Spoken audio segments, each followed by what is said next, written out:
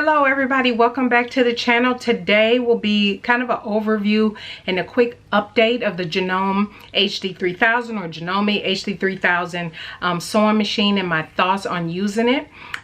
For those who don't know, I've had this machine since approximately November 2019. I did get it from a local dealer here in the Houston area. I will leave a link to the place that I went to down in the description box down below, so make sure you go check that out. And as I said if you saw my unboxing video where I actually demoed the machine, I unboxed it and demoed it. I'll leave a link to that up above. This will not include any demoing or using the machine, but a few people did want to know updates on my thoughts of this particular machine. So make sure you go back and check out the original unboxing and demo video. You all know I purchased it from a dealer, like I said, here in the Houston area, which I always recommend that you do when you're purchasing machines, only because the customer service, being able to take it in for maintenance easily, and places like the one that I went to offer you warranties, and if anything happens with the machine, you know, it's covered, different things of that nature. So so yeah, I definitely support getting from a dealer when and wherever possible. So I'll include a clip in here on some of the features of the machine that I like, and then a couple things that were or are a little wonky for me. Okay, some of the things I absolutely love about this machine is threading is really easy. And there's videos here on YouTube that shows you how to thread, but it threads the bobbin so easily, which I like. I do like all of the compartments that you can keep the feet, and of course you have the chart like most machines always show you. And I have put little stickers on my machine so I remember certain things. Here is the reverse button, and again I'll get into what gives me issues with this at times. I will admit I have not tried buttonholes with this, but from all the reviews and everything I've seen, I absolutely believe this will be awesome for buttonholes, which I will be using this going forward for buttonholes. Since I'm using my other machine, which is over there, I've switched it over to embroidery only, which is my Brother SE400. But one of the things is when I'm doing bag making, I, for the most part, always just use the walking foot. So I did purchase the walking foot separately for this machine, an actual Janome part, because one of the things that the dealer told me, if I do purchase additional feet or anything, not to get anything generic, because if anything happens with this foot, it will still be covered under my warranty with the dealer that I purchased this from. But if I had gotten a generic piece, they wouldn't be able to, if something happened and it malfunctioned with the machine, or you know, mess something else up within the machine, they wouldn't be able to do anything about it because I would have used a generic piece. So anything for this machine will always be a Janome brand. One of the other things with that reverse key, one of the things, or the button that I found that's tricky for me, that I thought was a little wonky, if I have to reverse, sometimes I have to press this thing like multiple times to get it to reverse. And then sometimes I've had issues, whether it was thicker fabric or it was vinyl or faux leather. Since the demo, I have not used leather on this machine. But with the faux leather, if I do it in reverse, sometimes the reverse somehow gets a little wonky and my needle will break. It won't, I don't know what's happening under here where, and I'm not forcing it forward, I'm not forcing it backwards in the reverse. It'll go back and forth and somehow it hits the metal part and breaks the needle. And what I found is, and I have tried to play with this to see if that had anything to do with it, because that's the tension up there, is that fabric slides easily up when I'm sewing. It shifts very easily back and forth here, which I do not like. And part of that could be due to the speed in which I'm sewing, but I'll get into that as well. But so I've had that issue, and so yes, so that outside of that, I absolutely love sewing with this. I have not sewn a garment other than a denim that was thick, but pretty much this was purchased with the intent of just doing handbags and wallets. So yeah, let me continue with my thoughts. So as you can tell, there are I absolutely love the machine. Like I've said, I have used it mainly for bag making, and I have, after this video, and then after that you will see all of the marking tools I'm sharing in this video that I forgot to share in the previous video. All of the marking tools that I use for fabrics and things of that nature is also included in this video, so make sure that you stay tuned for that as well. That'll be towards the end of the video, but I wanted to just jump in with the overview of the sewing machine. So as you can tell, there are some features. Actually, the machine was just well worth the purchase for what I wanted to do with it, which was handbags and wallet making.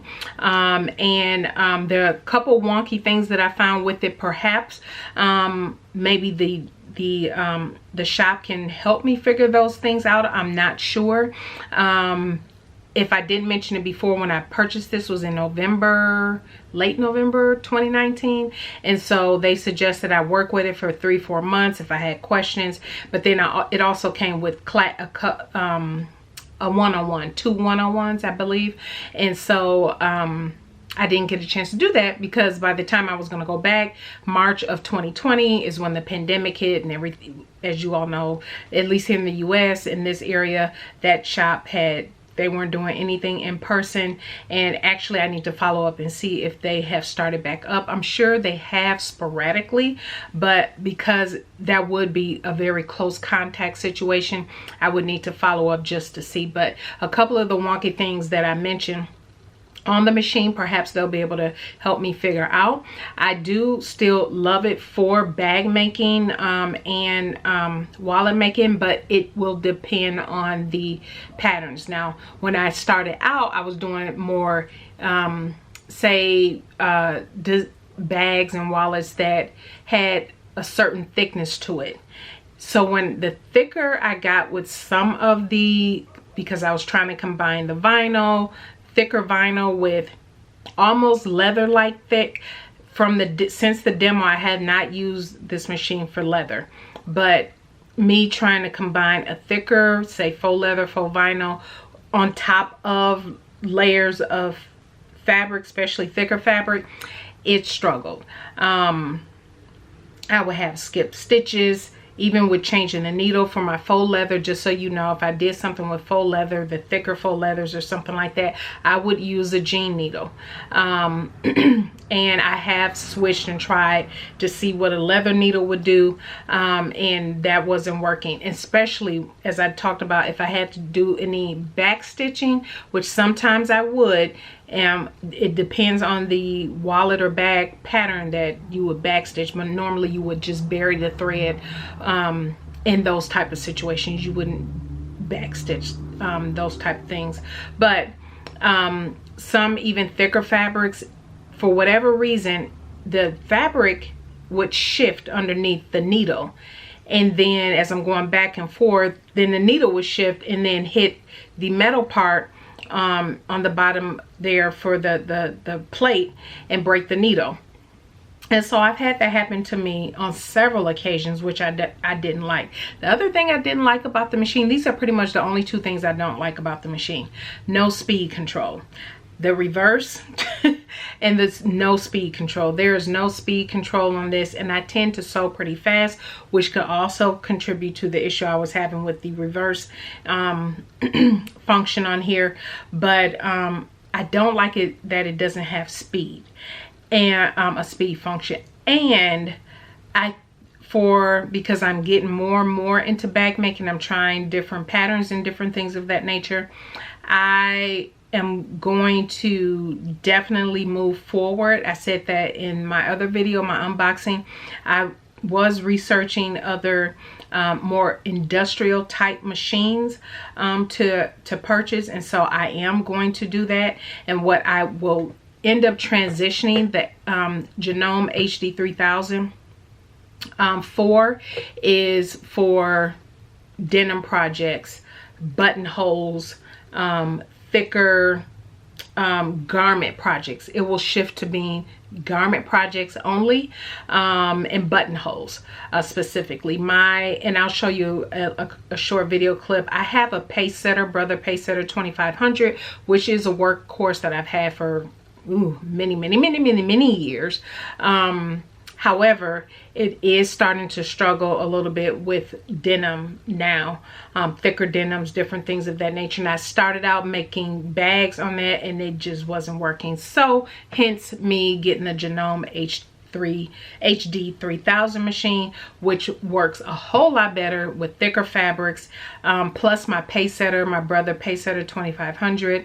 The buttonhole function just doesn't work, and the dealer, because the dealer where I bought the Janome is where I take my machines for servicing, they couldn't even get the part to get it to function properly, because it is such, my Pacesetter is so super old.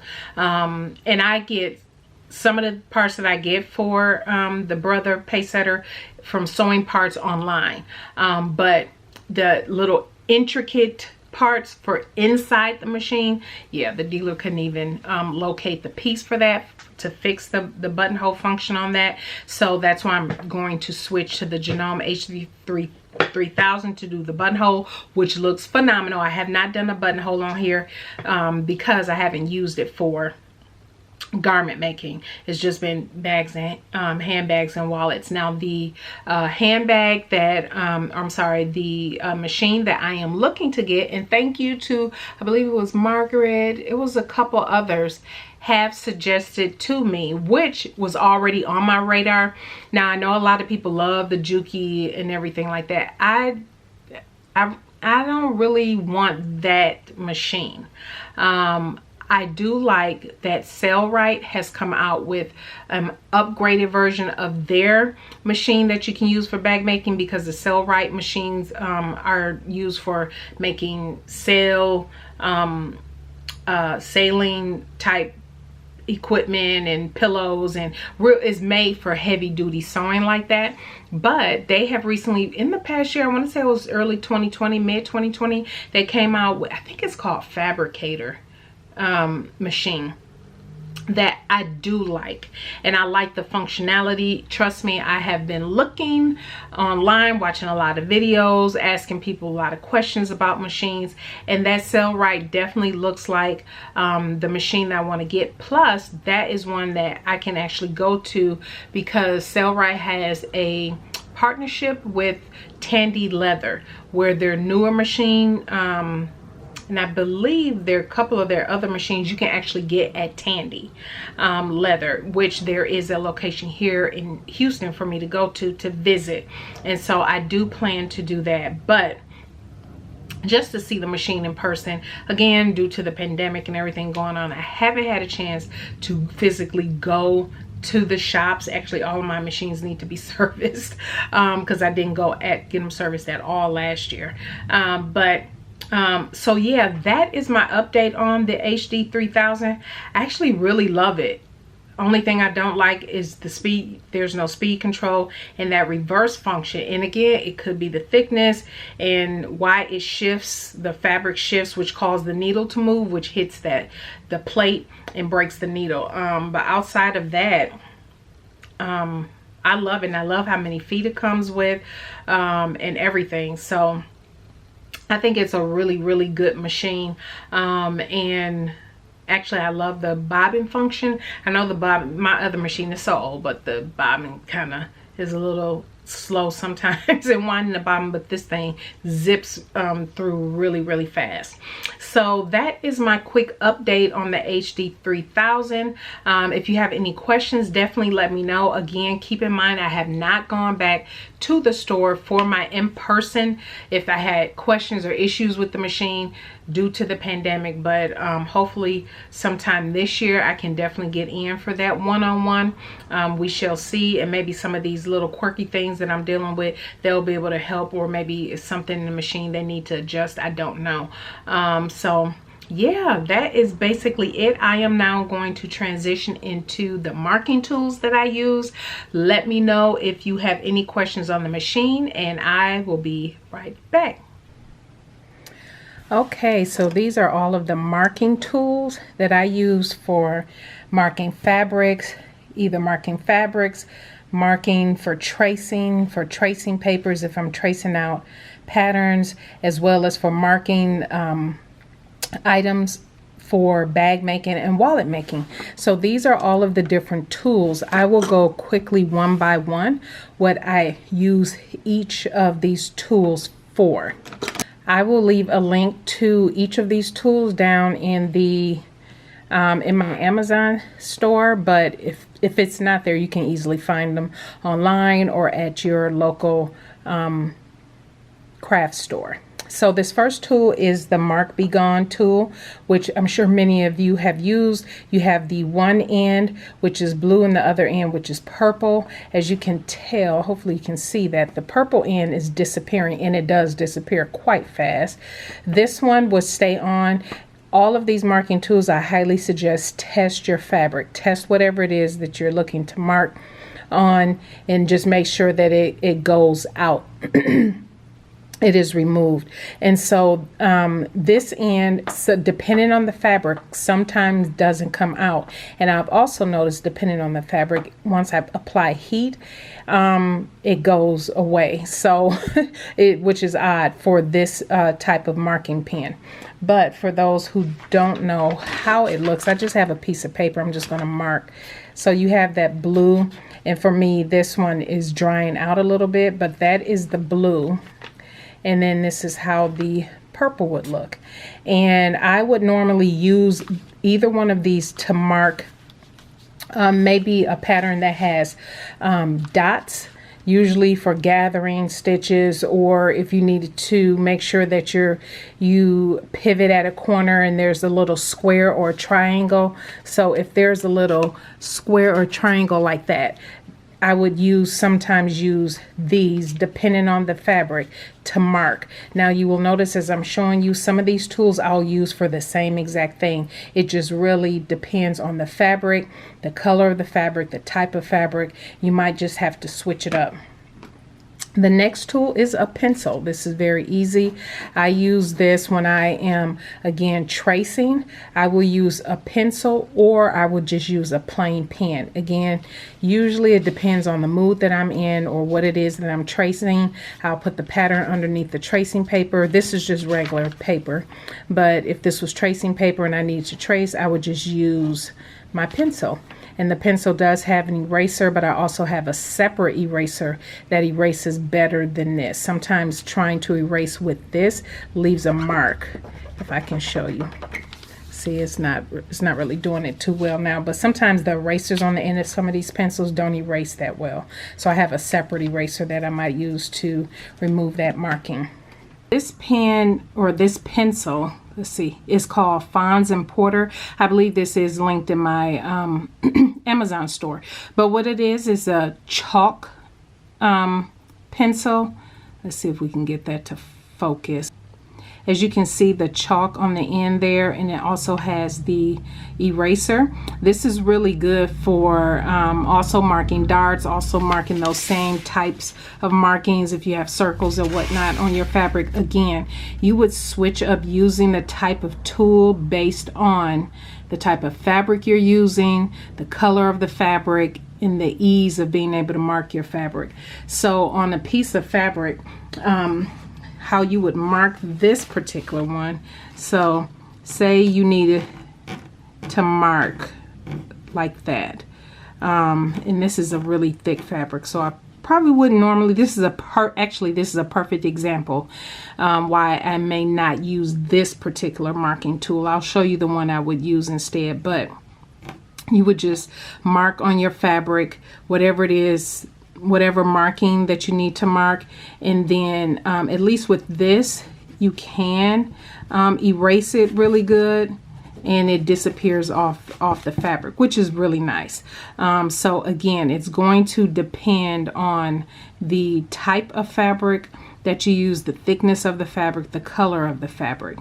For thicker, say a fabric like this that I just marked, I would normally use my chalk tracing wheel. So let me show you that. So many of you know what a chalk tracing wheel looks like. It has this little opening down here. This is where the chalk will come out, and this is the chalk that's in here. Now for these, this is by Clover. Make sure that focus so you can at least see it. This, you can actually get different chalk color. If this runs out, you can replace it with white, blue, or pink, and I've also seen yellow. But depending again on the fabric, I would mark like that, and see how easy that came out on this. This is a thicker piece of fabric, and so it's easy just to mark that.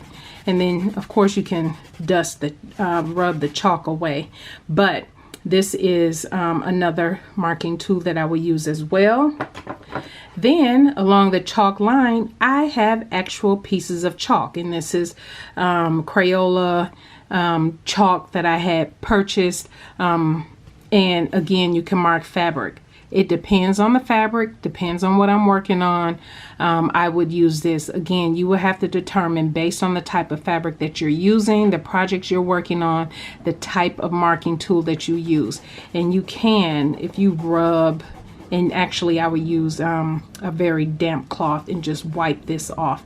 But again, mark darts, mark the dots and different placements and everything from your pattern piece onto your fabric. Now this item I would use, it's from Tandy Leather, and I purchased this on Amazon. This is on my Amazon store, but it's under the handbag tool link. You'll see that down below. But this here is a marking tool that I use for bag making. So with my piece of faux leather here, I just have a scrap. I can show you. So if I'm marking, so the back of this, let me just show you, because this is kind of an off-white back, and you can't really see, you can see a little bit that marking with this marking tool. And if you're cutting, you trace something out, you can trace everything out. Specifically for bag making, I'm talking about trace everything on the wrong side of the fabric, or say you need to mark the right side of your fabric that is faux leather, vinyl. What I found so far, I haven't had any issues yet, you can actually see the marking better if you just do it. Say you need to do a little dot or something like that. This Tandy leather pen allows you to do that, and it's for leather, and it comes right off. You can rub it right off. So I haven't had any issues with rubbing this out of the faux leather or faux vinyl or whatever that I'm using. It wipes off really easily. And then if you're marking the wrong side, it doesn't matter, because the wrong side won't be seen in your final project. So this is the tool that I use for tracing on bags.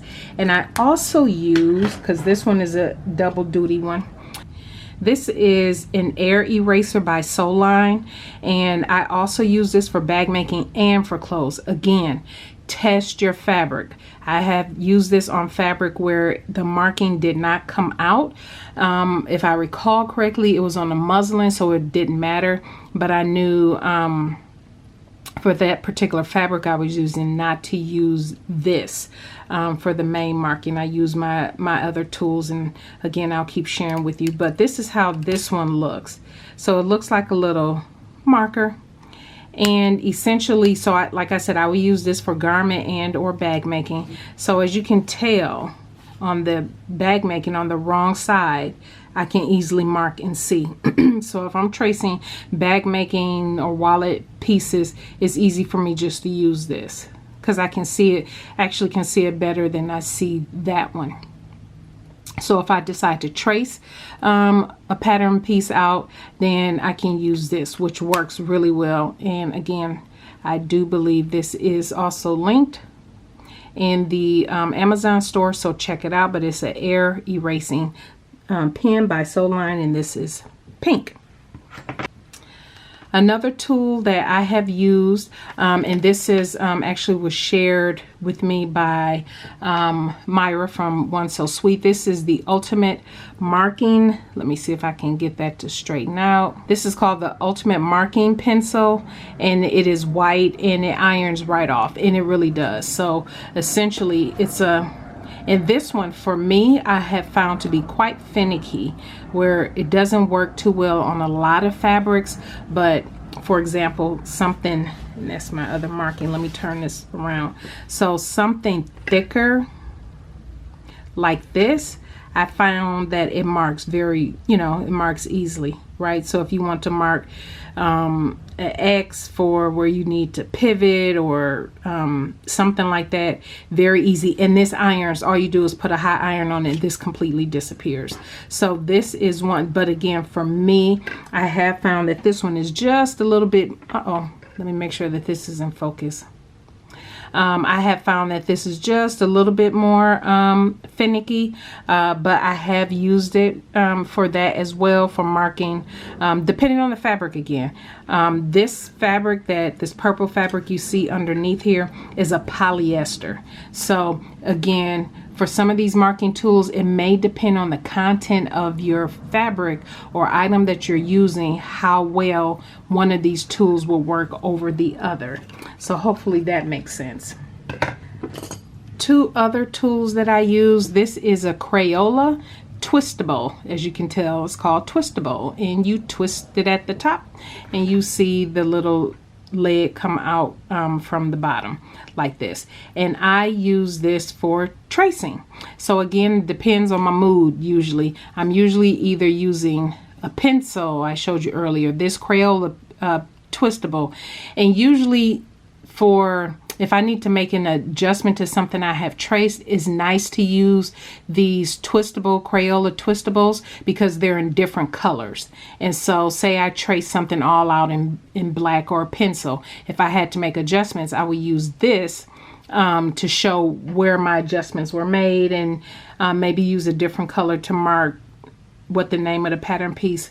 Again, these marking tools will depend on your mood, your fabric, what it is that you're doing in your project. You may not use the same thing for everything. And then I got this from a box of these from Walmart for like $3. So this is probably not linked to my Amazon store because it can be found pretty much anywhere.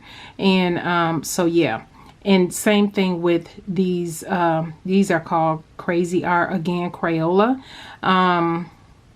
You can get them Crayola, or you can get a generic brand. I think this is a generic brand, but this is also a marker. Now this is much thicker, so you do want to be careful. Usually when I am using this, let me just show you on a piece of paper.